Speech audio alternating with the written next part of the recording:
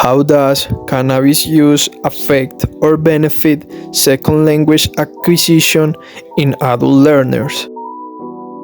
The intersection between cannabis use and a second language acquisition is a relatively unexplored area of research, yet it holds a significant potential for understanding the complex factors that influence the language learning. This topic is particularly intriguing given the increasing acceptance of cannabis in many parts of the world and the growing interest in the cognitive effects of the drug. Cannabis has been shown to have effects on memory, attention, and problem solving. Exploring its impact on language learning can provide insights into the cognitive process involved in the second language acquisition. Also, while cannabis is often associated with negative effects, some studies suggest that it may have cognitive benefits, such as increased creativity or improved mood. If these benefits can be harnessed for language learning, it could lead to innovative teaching methods. The main goal of this research is to investigate and have results of the effects of cannabis use on second language acquisition in adult learners, specifically focusing on vocabulary acquisition, grammar proficiency, and fluency. Some additional objectives can be identify potential negative or positive side effects of cannabis use on language learning, such as change in motivation, anxiety, or attention, and to explore the ethical implication of cannabis use in the context of language learning and education. Some research questions could be like, does cannabis use have a positive or negative impact on vocabulary acquisition in adult learners? Or does cannabis use affect grammar proficiency in adult learners? Or does cannabis use influence fluency in second language acquisition?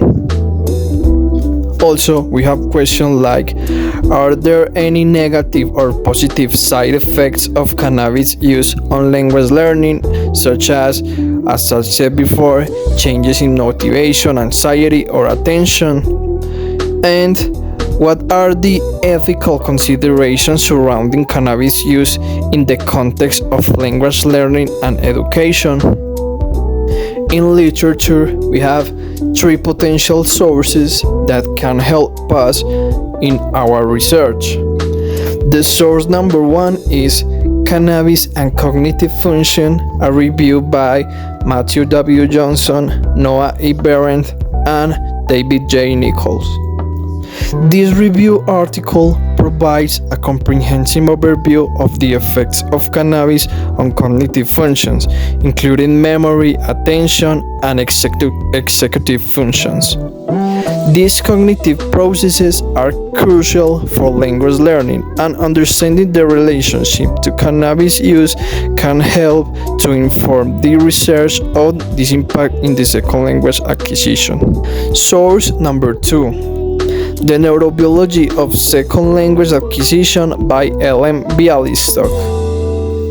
This book provides a detailed exploration of neural mechanisms underlying the second language learning.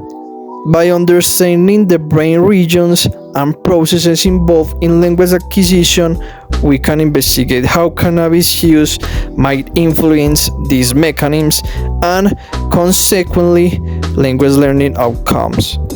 Source number three. The Impact of Cannabis Use on Educational Outcomes, a review of literature by Mark A. Morgan and Jennifer A. Kelly.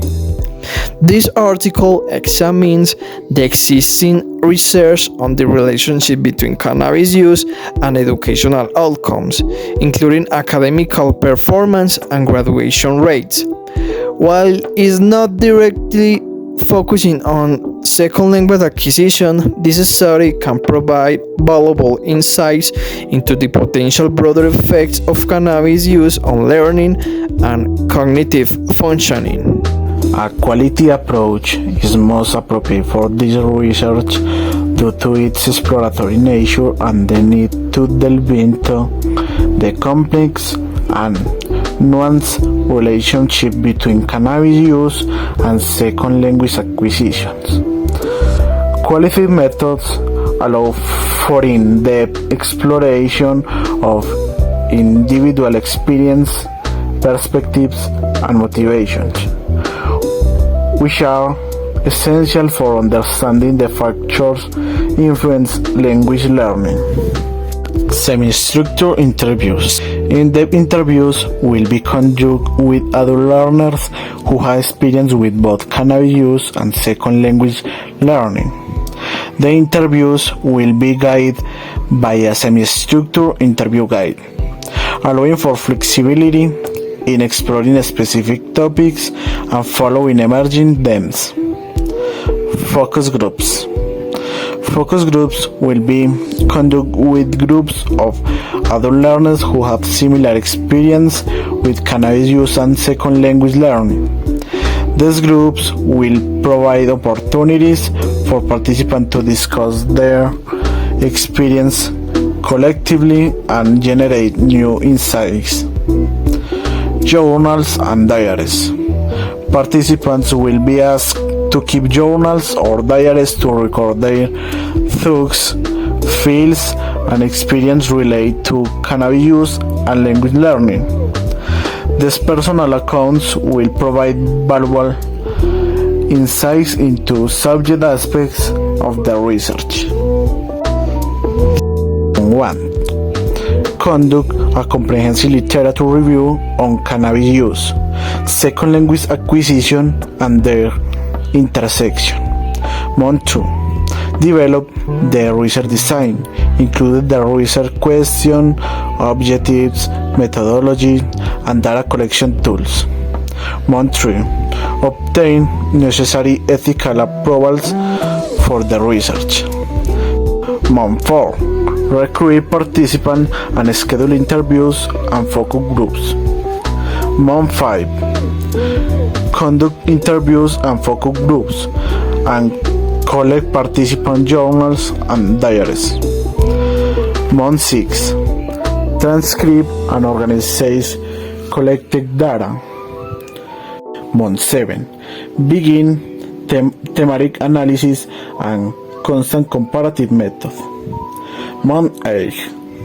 Continue data analysis and develop theoretical insights.